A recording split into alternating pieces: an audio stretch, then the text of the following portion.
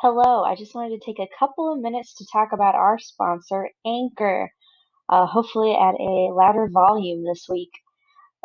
First of all, it's free and it has creation tools that allow you to record and edit your podcast right from your phone or computer. I found it really easy to move the segments around in the editing process, and you can put the ads in wherever you want too, which is really helpful. And Anchor will distribute your podcast for you so it can be heard on Spotify, Apple Podcasts, and many more. This has been super helpful with the success of my first episode, having it on all of these platforms for you guys to listen to. And Anchor does that for you, which makes it super easy. And you can make money from the podcast with no minimum listenership, which is perfect for people like me who are just starting a brand new podcast. So it's everything you need to make a podcast in one place. If you've been thinking about a podcast you want to start, this is me encouraging you to do it. All you got to do is download the free Anchor app or go to anchor.fm. That's ANCHOR.FM to get started. All right, welcome back to another episode of Navigating Adulthood and IDD. Today I'm so excited to talk with two representatives of the Traveling Gnomes, Jenna, the CEO, and LK, the Outreach Ambassador. To start, would you both mind giving a short introduction? Yeah, absolutely. Thanks so much for having us. Yeah, like you said, my name is Jenna Cordesius, and I am the now owner and CEO of the Traveling Gnomes. Okay. Hi, my name is Lauren Kelly. I'm an outreach ambassador for the Traveling Gnomes. Since I was a good traveler and I love to talk to people about what we do. Awesome. Well, to expand for our audience now, Jenna, do you mind telling us what is the Traveling Gnomes and really how did you guys kind of come into fruition?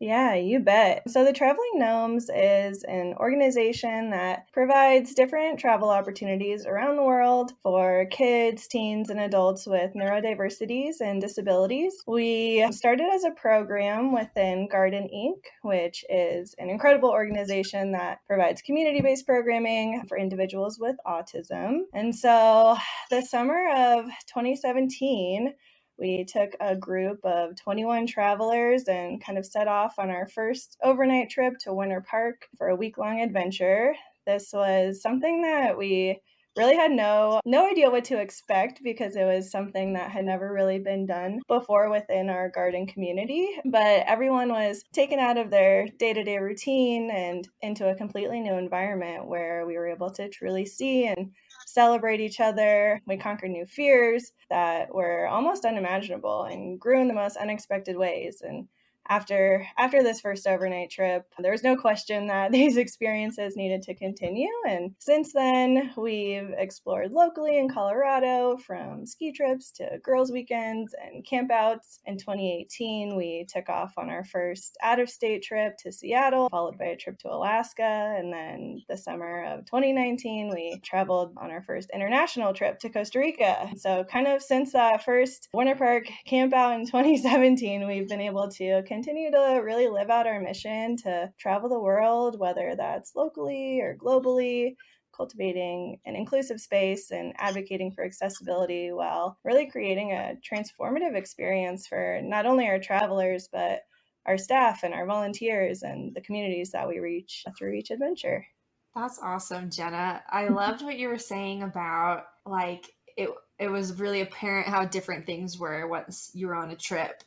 Because it's like, for everybody, if you stay in one spot, you can get kind of complacent or not know kind of the experiences that are out there. So it's really cool to hear that you guys went on this trip and really like grew together and realized like, oh, there's these different challenges when we get out of our city, out of our town, and how can we navigate those together like as a community. Yeah, absolutely. I mean, it's like you said, it's really easy to kind of get into your day-to-day routine and going to the same spots and kind of getting into that routine. And so once you're almost you're almost forced to get out of it when you travel and experience new activities and kind of have those new conversations with new people. It's really neat. And like you said, to navigate together as a community is really, really special. Yeah, that's awesome. And I love traveling. I feel like most people do. That's probably not like a controversial statement. Like, oh man, I love traveling. So I love that you are able to present this opportunity for everybody, that inclusive space, because some adults with disabilities might not be able to travel. Yeah. Without this community. Yeah, exactly. Yeah. So kind of segue, LK, I would love to know, what is it like to travel with the Traveling Gnomes? Traveling Gnomes is fun, and you get to meet new people and have a great time making new friends in different places. You know, when you travel, you don't know those people that doesn't know about the Traveling Gnomes, and you explain what it is, and it's just fun to talk about it. I bet. The whole thing is fun. I remember the first time I heard about you guys, I think I was at Temple Grandin for a resource fair, and I saw like the stickers with like the gnomes. And I was like, this is cute. What is going on over here? And then like, you guys were like, oh, we travel. And I'm like, oh, this is awesome too. And I think it's on my guitar case now. Yes. Oh, that's so cool. I remember that fair. Yeah, oh yeah, okay, you were at that fair too. Yes. Oh yeah, I probably saw you there. Yep. That's pretty cool. And really on these trips, our goal is to create that inclusive and accessible experience where everyone can just be 100% themselves and create genuine connections while experiencing the world. And we hope that by cultivating and modeling this space of inclusion and respect and belonging, that we're equipping the communities that we travel to really do the same as well. That's awesome. Yeah, it's almost like a great model for other people to be like, oh, that really works. Yeah. And how can we keep increasing that inclusion and that accessibility? Exactly. So this is probably the question of the decade. You're probably going to get it a lot, but like, how did COVID affect traveling? What happened for you guys during peak pandemic? Oh my goodness. Yeah. Beginning of COVID was kind of a sink or swim moment with a lot of tears and a lot of brainstorming sessions of how are we going to kind of live out this mission in a time when we can't really like be around people and in groups, let alone like traveling with groups, which is our whole mission. The whole thing. Yeah. But we had some ambitious plans to double our travel experiences and double our impact this last year. And although we had to cancel 7 out of 8 of our trips last year, we ended up pivoting kind of in a really necessary and positive way, I think, and through the support of our community and really the creativity of our team and the willingness of our travelers, we were able to launch our Gnomes on the Road program, which was never anything that was, in the cards at the beginning of this. But our Gnomes on the Road program provided extended day in-person road trips around Colorado twice a week. And so we were still able to foster that travel mindset and impact communities that we were visiting while growing together and eliminating that sense of isolation during a really hard time. And I mean, what an amazing place Colorado is to have that opportunity to be able to just drive an hour and you're in a completely different place. But this is something that we've been able to continue to do for over a year now and hope to indefinitely continue. Oh, that's great. So you're really not only able to pivot, but it created like a program you guys weren't necessarily going to do that is really like works for different people. Yeah, exactly. And you're right, Colorado's so beautiful. So it's like, okay, we don't have to go too far. Like we can make this work. No, it's so true. I know. We go either like an hour to up to 3 hours one way. And so I feel like we've hit a lot of beautiful places and we've hit kind of that radius, but it's been wonderful. LK, do you have a favorite trip that you've been on? Oh, I would say, well, the last trip we went to was in Wyoming. That driving was so much fun, but still the driving was horrible. it was okay, but just driving was because you see different things in Wyoming, and there's like nothing but animals on the road near the road. Oh, So that was beautiful going up to Wyoming. Yeah, that was a fun one. That was our first out-of-state road trip. Nice. And not too far, but you can see so many different things. I need to make that trip still up to Wyoming, so that's good to know there's a lot of animals. I'm like, ooh, that's like my favorite part about nature. Yeah, definitely. And LK, you kind of touched on the long car rides, which at first when we started this program, I personally do not like car rides or driving, but through these we started, everything was pretty much one-on-one, so we'd kind of have like a volunteer or a staff driving with one traveler, just with all the rules and regulations, and you really like truly got to know each other on such a different level, being in a car where, you know, you're listening to music and swapping stories and having those genuine conversations with no interruptions. That was something that really stood out to me, and that was really special kind of with this development of this program. That's great. I love a good long road trip, and that's such a good point about like that connection you can build with others. And you can talk on an airplane, but I like to sleep personally. Yeah, I'm like, don't talk to me on an airplane.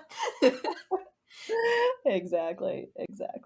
And through like the hustle and bustle of travel, which I personally love, it was cool to kind of like slow down, take a second, and yeah, truly connect. It was special. It is special. Did you guys do any of where like if you saw something like you'd pull over? I think that's like my favorite part of a road trip. It was like, oh, scenic point.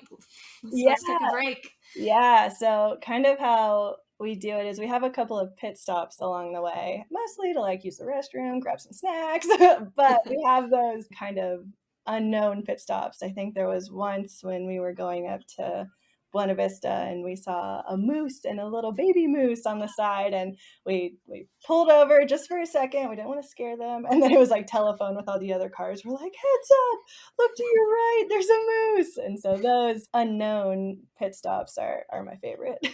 That's awesome. Yeah. So awesome. Well, I was looking at your website and, you know, reading all about how inclusion and accessibility, they're these big parts of your mission. And I started getting curious if you could expand on kind of accessibility obstacles you run into or like prepare for before starting a trip so that people who want to travel can plan for it or people can make things more inclusive for travelers.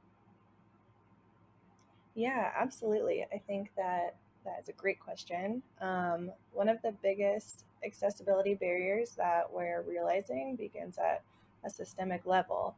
The first step is identifying and understanding what these systemic barriers are, starting from the very first step of involvement. So there are so many people that could benefit from this program that don't even know that it exists. So problem solving and working together with diverse communities and partners to understand and further expand on making these resources more accessible for everybody just from that beginning stage. Another thing is financial accessibility. So having the understanding of different Medicaid waivers, funding options, scholarships, and ensuring that everybody is aware and educated on these different options to access not only our program, but alternative lifelong programming as well.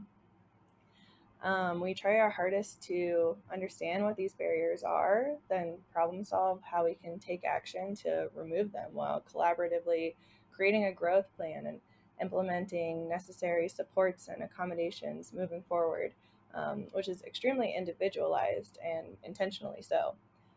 We will continue to pour into and educate ourselves in order to offer more justice forward, equitable, and impactful experiences, and hope that the communities that we reach will do the same as well.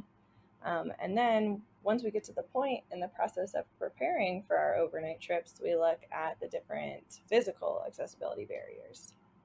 So we're really looking at from point A to point B to point Z, how we're getting to the airport once we're at the airport, like running through basically every scenario possible through the travel excursion with it's kind of a curveball. I feel like everyone knows when you travel, nothing really goes exactly as planned.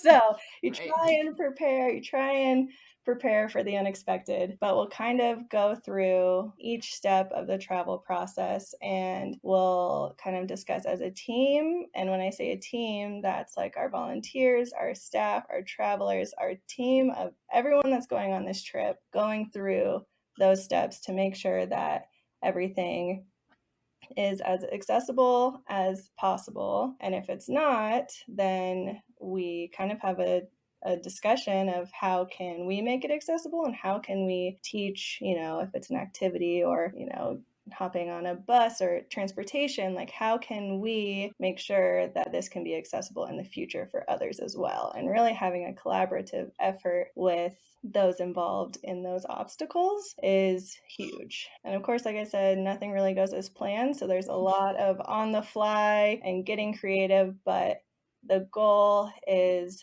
that each opportunity is as accessible as possible, and if it's not, we're ensuring that we're kind of getting loud and making it apparent that it is not, and making sure that there are steps in place for future travelers to have that opportunity and ensure that it is accessible in the future. Yeah, that's great. And I love the prepare, but sometimes you almost have to prepare to be. I mean, I do this with music therapy too. It's like I have a plan, but part of the plan is to throw out the plan. Just in case, that's Oh, exactly. It's like you have a plan A, plan B, plan C, right, and then you throw them all out, mix them all up, and then that's what actually happens. Right.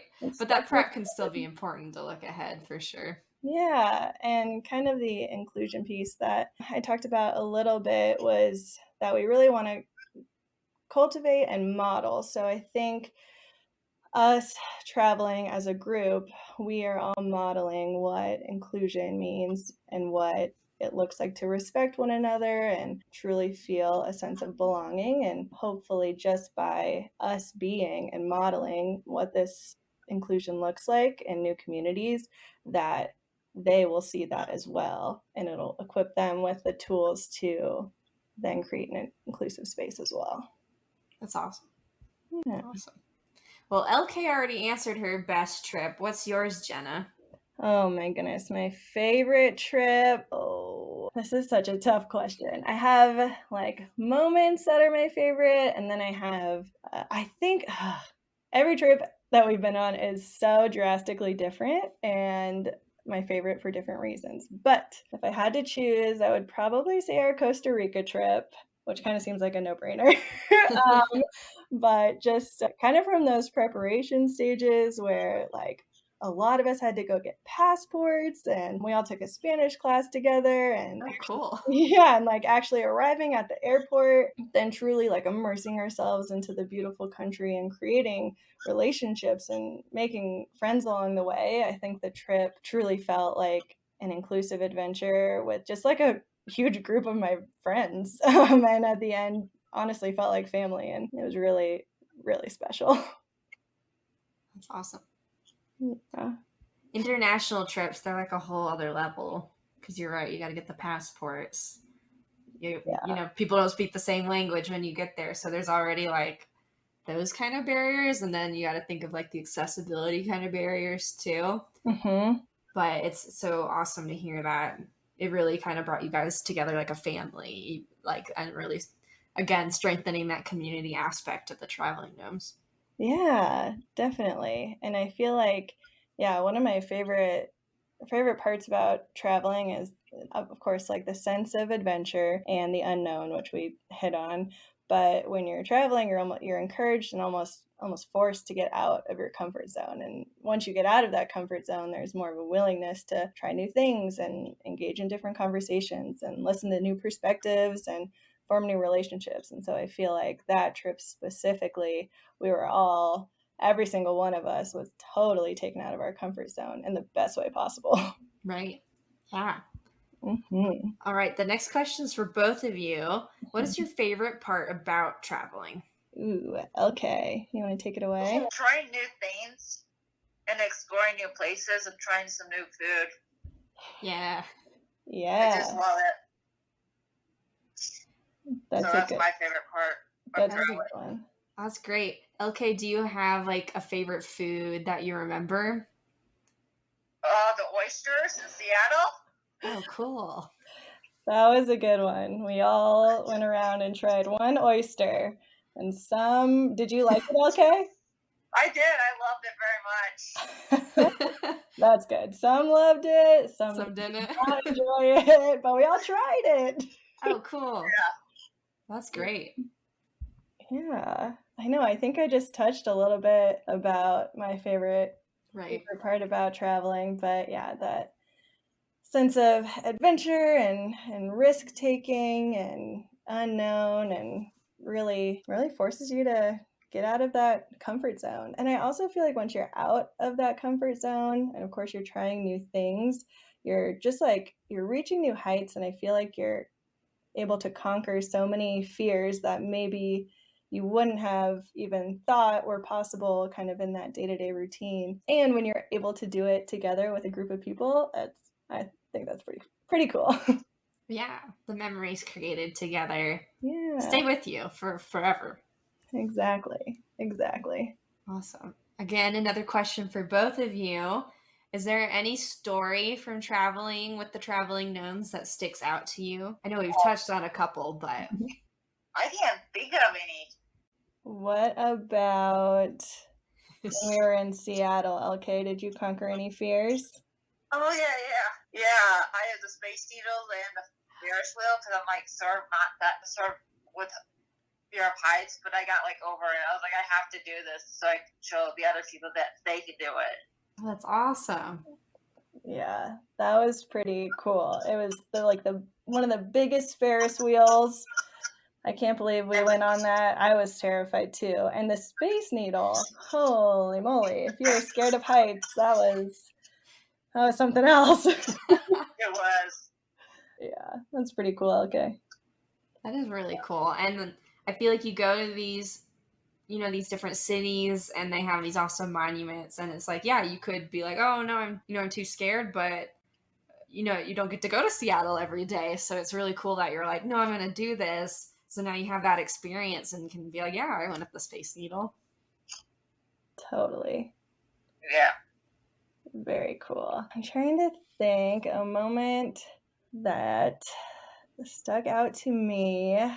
Mine is kind of different. Within the last 4 years of traveling with the gnomes, I feel like it'd be like ziplining or rafting or skiing or, those adrenaline rush moments. But honestly, the moments that stick out to me that I think about often are when we have nothing planned. The moments when we're all in a cabin and swapping stories and making dinner together, or we're listening to music in a long car ride, or playing jokes and just laughing with each other, where we're all just being ourselves. And specifically this last summer, we took a trip to Buena Vista and we finished up our hike that we had planned, and all of our activities were pretty much done for the day. And we had about 15 minutes of downtime, and it began to rain, of course. But our group, we ran under this overhang.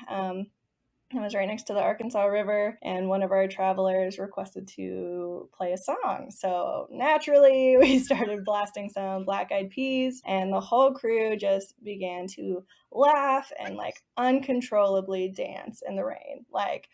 All the best moves, just went for it. And there was not a care in the world what others were thinking. And just in that moment, you could feel the most genuine sense of joy and celebration and just the empowerment to be unapologetically ourselves. And I feel like that moment I think about often and will stick with me for a very long time.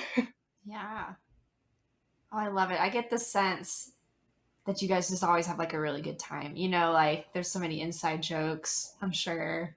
So it's hard to pick a story because it's like, well, people might not get that moment. Yeah. That was awesome.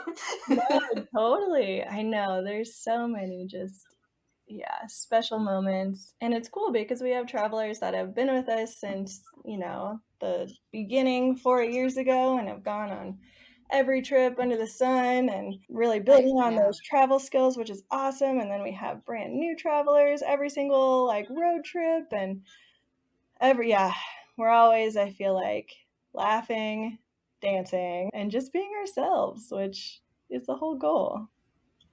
Yes. And LK, you were on that first trip, right? Yes, I was. That's It was awesome. really fun. I loved going tubing. Oh, cool. Going down the hill. It was so much fun. They would put like water at the beginning, and then you like go down, and it was so much fun. I did not want to stop, but we had to stop sometimes. You could have tubed forever. I could. I know. That was summer tubing too. That was like turf, water, tubing. I had never done that before. Yeah, that was pretty cool. LK, do you remember that first trip? We did a big talent show the last night. Do you remember what you did for that talent show? Oh, yeah. I did soccer because I was showing my talent to soccer. It was so much fun. Oh, cool. We did a talent show next time to see everybody else's talent. Yeah, we will definitely. I feel like that's how we close out our overnights. We have a celebration on the last night with ice cream and pizza and talent show and, of course, dance party. So we'll definitely have to do that. That's awesome. And I love that you guys were both on that first trip, and it really solidified the mission of the Traveling Gnomes and really just shows that it was such an impactful trip and that it was valuable as you guys are here years later, still traveling. Right. Yeah. Very awesome.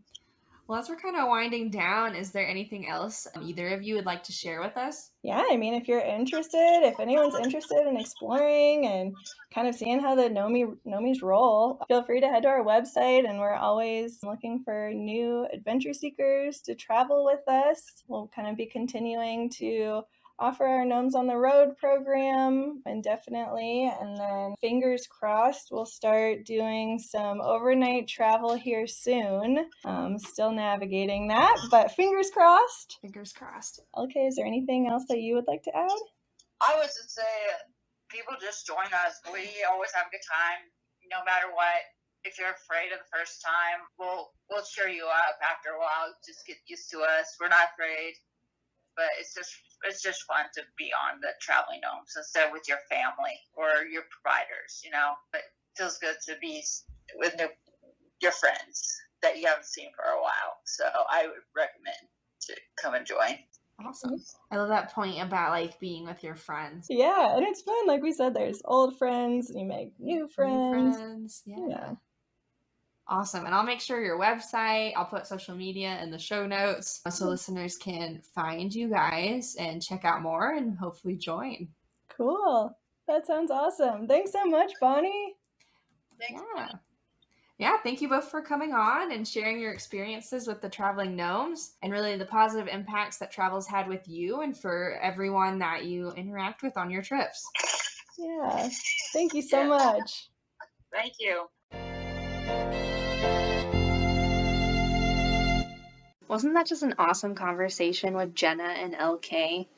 I love the work that they're doing with the Traveling Gnomes and the model that they're creating for traveling for adults with disabilities. There are so many barriers in our society, as discussed in previous episodes, and a theme that comes up a lot in our podcast episodes. So, hearing them discuss the different barriers that they have to be flexible with in the moment, the advocacy work that they're doing when things aren't accessible, and kind of the prep to make sure things are as accessible as possible. It's awesome work so that these adults can do the traveling that they want to do and enjoy. And like LK was sharing, all the great stories and food that they're eating, these are experiences that at the core of things every person, deserves to do.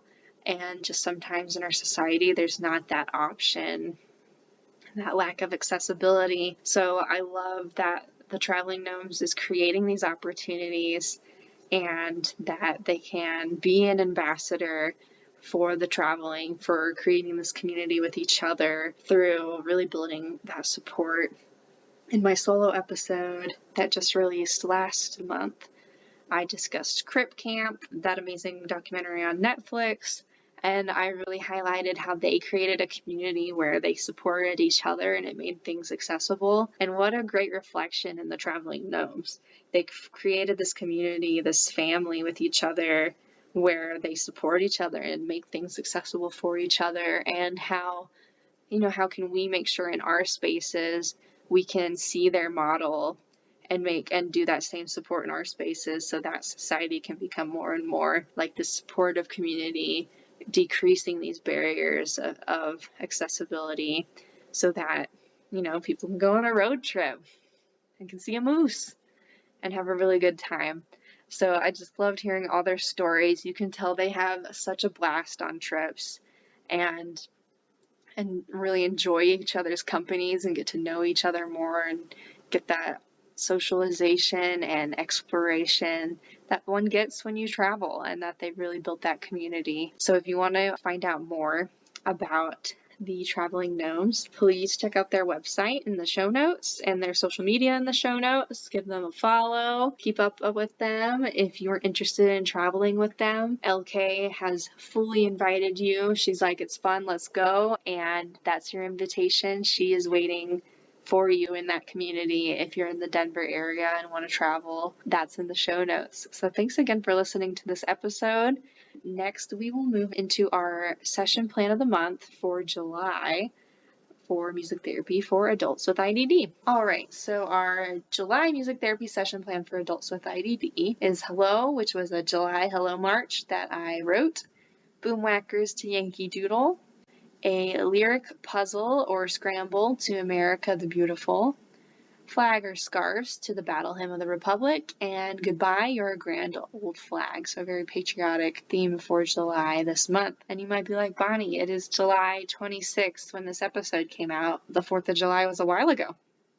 Well, my members got this plan in June on patreon.com/navigating adulthood in IDD for $5 a month.